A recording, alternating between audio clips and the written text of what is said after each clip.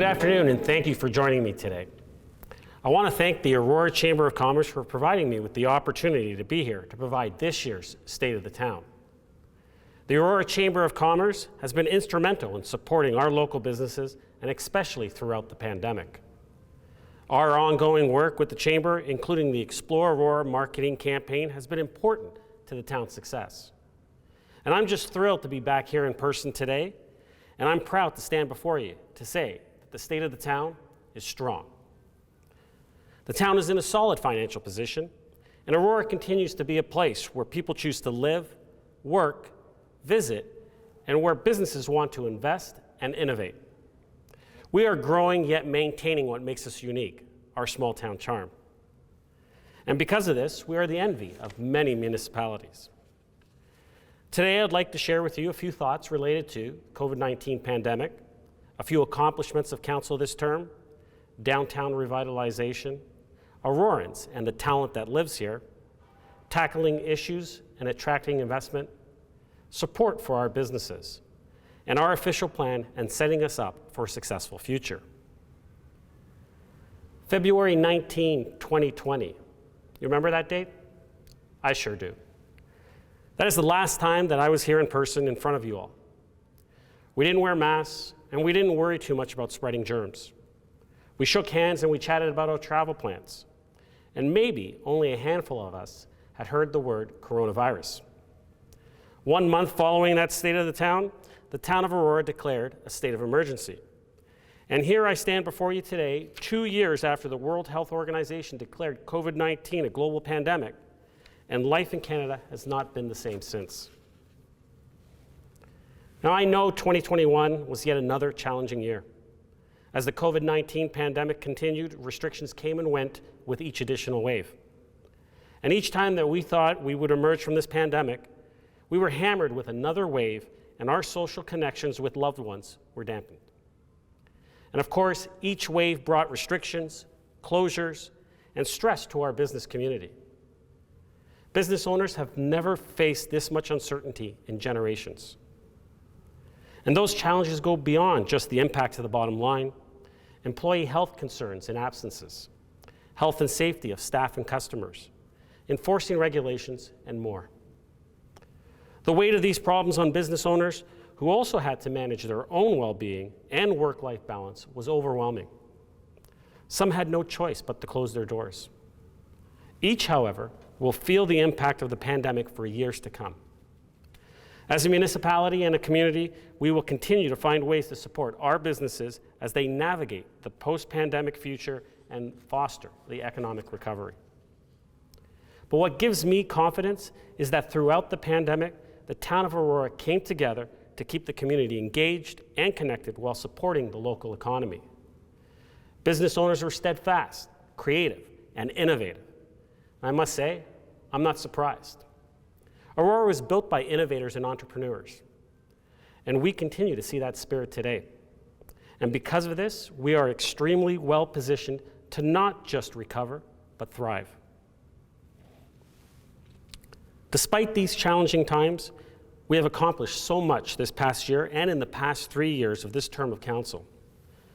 The Armory has opened and continues to be a central resource and community gathering place in Aurora.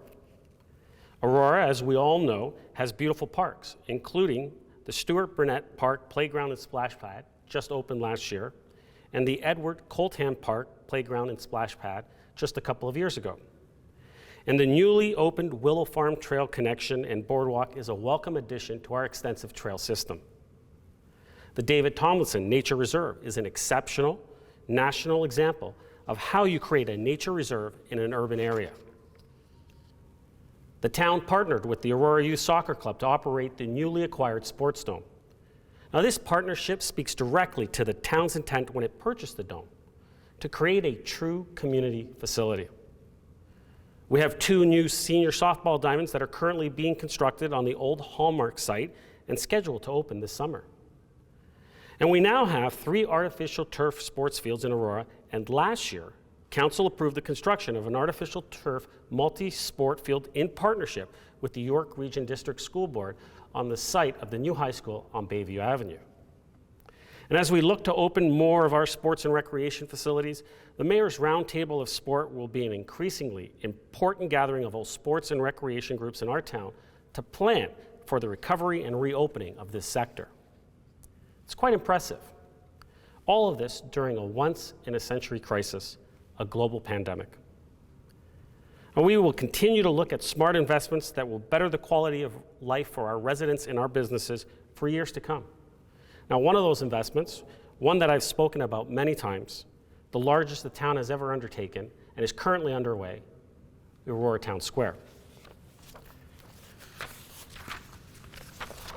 The town square is coming to life, a gathering spot, a hub of activity, great restaurants, arts and culture.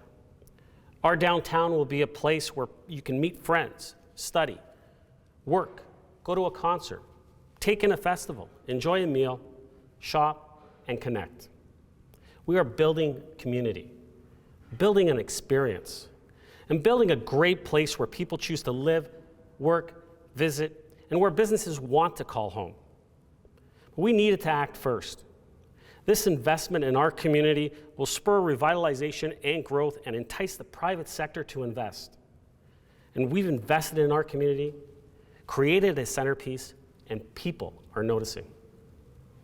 Now, one of the greatest assets in the town is the collection of great people. And we are grateful for leaders in Aurora that step up and provide their insights, time, and energy in helping realize future visions. The diversity of our leaders, our residents, business owners, many in this room today, that's our strength. And as a town, we've made a strong commitment to diversity, equity, and inclusion this last year by introducing the town's first Diversity, Equity, and Inclusion Strategic Plan. Now, I was extremely proud when the town of Aurora became the first municipality in York Region to install a rainbow crosswalk. This crosswalk is a permanent feature in the heart of our town and is a symbol of Aurora's commitment to a diverse and inclusive community where everyone is welcome and accepted. Another physical celebration of our inclusivity and diversity is the addition of the Canadian Achievements Diversity and Inclusion Mural. Now, this will be a focal point of our town and speak to our celebration of inclusivity and diversity. And we won't avoid initiatives that support our leaders, our residents, business owners, and make them feel welcome in Aurora. And we may be a small town, but we also won't shy away from tackling the big issues. In October 2019, Town Council joined 457 Canadian municipalities and declared a climate emergency. And since then, we've made great progress towards our commitment to environmental initiatives. The Community Energy Plan is a large step in the process to reduce greenhouse gas emissions and increase resiliency within our operations and at the community level. This plan supports residents, business owners, institutions, and the town to address climate change positively and effectively. And once again, all of this while remaining fiscally responsible. Now, just this last year, the town completed a service delivery review. The findings concluded that town services are being performed at or above municipal standards, and that the town is actively investing in continuous improvement and has a strong culture with dedicated staff committed to ensuring service delivery excellence to citizens. Now, armed with this review, the town and council is better informed to continue to provide the same or better services to our residents and businesses in a fiscally responsible way. In addition, the town is in a strong financial position. In fact, as I mentioned earlier, we are the envy of municipalities for our strong financial position and how bright our financial future is. And I'm pleased that we have approved a budget for 2022 that maintains the services that residents and businesses have come to rely on every day, while keeping in mind fiscal sustainability. Beyond that, this council has approved the lowest four-year term tax rate in 2 decades without sacrificing services and while making the largest investment in our community in generations. Despite the pandemic, the town's economic outlook also looks bright. We've seen an impressive amount of new businesses and redevelopment in Aurora over the last 3 years. Not only are we home to powerhouse corporations such as Desjardins Insurance, Magna International, Bulk Barn, Pre-Gel, Kirchhoff Automotive, Genpack LP, and others. We also have over 2,000 grassroots entrepreneurs in healthcare, technology, food and beverage manufacturing, marketing, media, education, and more.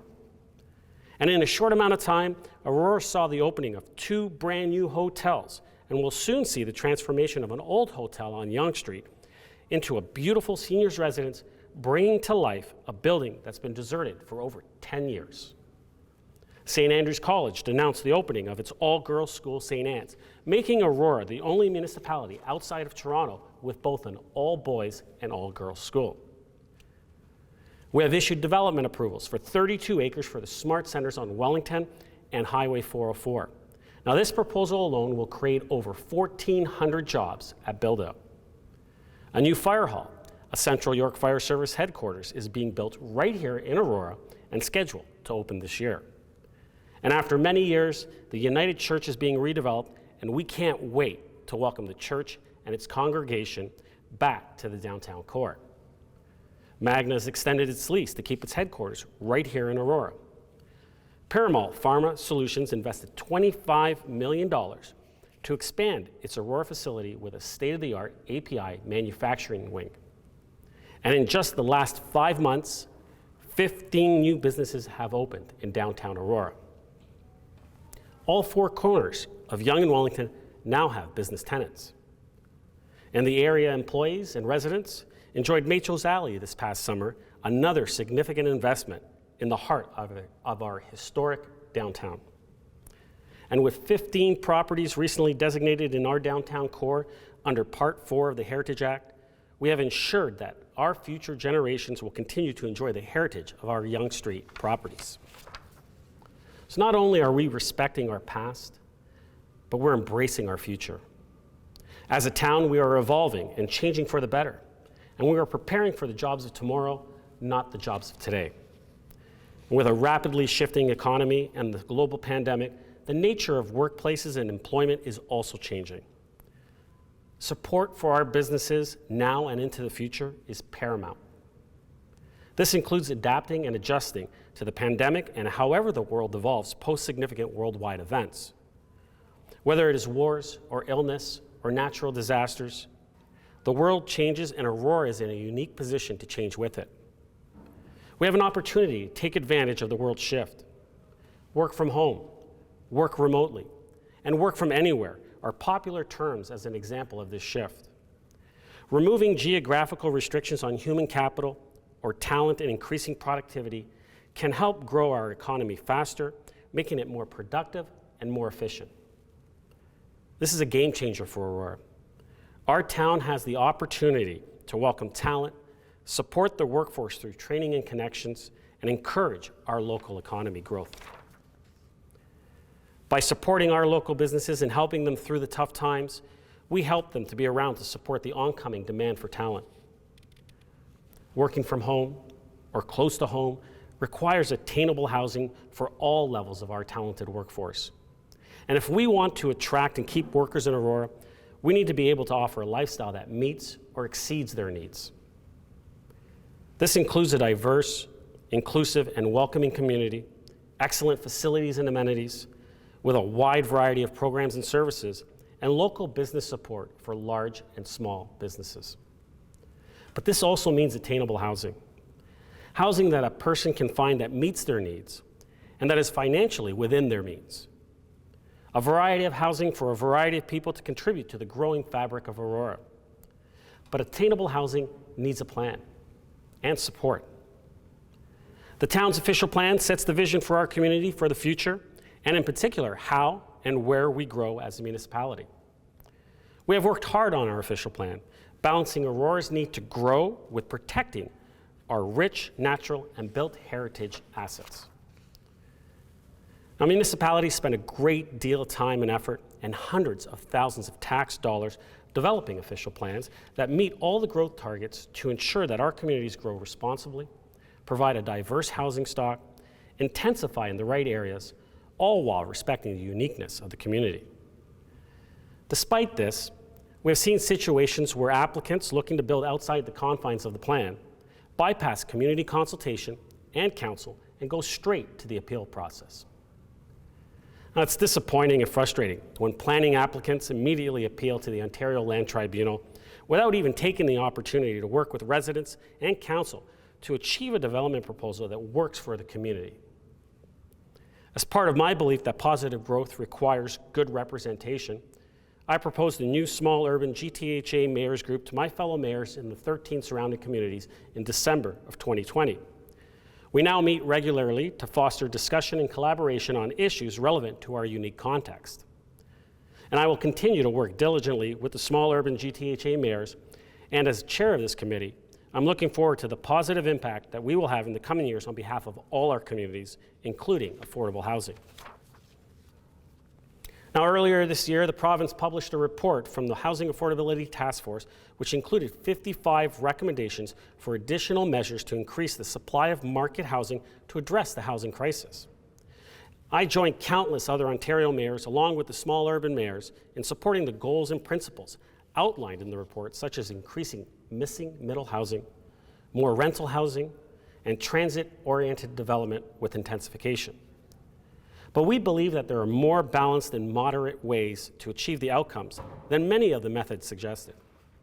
As we have gone through this year, the response to the pandemic has made it abundantly clear that what works for large urban centers may not necessarily work for our local communities. This is not a one-size-fits-all approach, and there are many other factors contributing to housing affordability beyond simply the municipal role of timing of approvals in the supply of housing units. We need changes to legislation and more funding to bring more affordable housing to the market. Accessible housing is the key to unlocking the potential of our town, our people, and our businesses. In reflecting on all the amazing accomplishments, it's even more exciting to look forward to the remainder of 2022 and beyond. We can look forward to more investment in our downtown, more support for our local businesses, more focus on environmental sustainability, more growth, more strategic development, and more events to make memories and continue to make our community spirit thrive. 2020 also brings both provincial and municipal elections, and something new for the town. The town will move to an award system for the upcoming municipal election. As the last remaining municipality in York Region using an at-large system, and as our population continues to grow, it was time for Aurora to move to an award system. In that spirit, I want to acknowledge my council colleagues who are committed to excellence and to serving our residents and local businesses. And despite this, the fourth year of this term, I know that council will not slow down, and we will continue to work together transparently towards a positive future. But there's still more work to be done. While we are doing great, we need to continue to focus on our downtown core. We need to bring day business to the downtown and continue to advocate for you, our business community. And while we are all here today faced with less public health restrictions, I know that the impact of COVID-19 will be felt for some time. We must continue to support our local businesses as they recover from this pandemic, and we must continue to tackle the affordability and housing crisis so that everyone who wants it to can find a place to live in Aurora. And we must continue to support our local hospital, South Lake Regional Hospital, who have launched a major campaign for cancer treatment. South Lake means a great deal to me and my family. The extraordinary care that they provided to my mom and to my father-in-law, and they are still here with us today due to the care that they received from South Lake. So if you are able to, please donate. Now, before I wrap up, I want to take a moment to recognize some of the other folks in the room. My council colleagues, Harold Kim, Sandra Humphreys, Michael Thompson, Rachel Gilland, John Gallo. Our CAO, Doug Nadarozny. Town staff, Lena Bajoni, Chief of Staff, York Region. The members of our Economic Development Board, and former members of council, as well as former mayors, Jeff Daw and Tim Jones.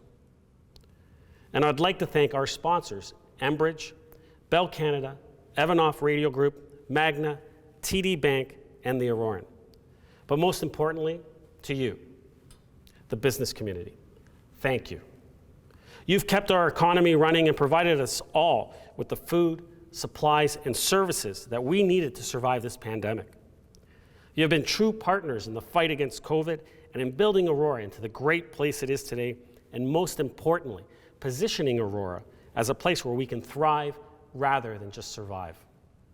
Now, I'm looking forward to continuing to work with Council and getting things done for our town, not just in the present, but for our future. Thank you.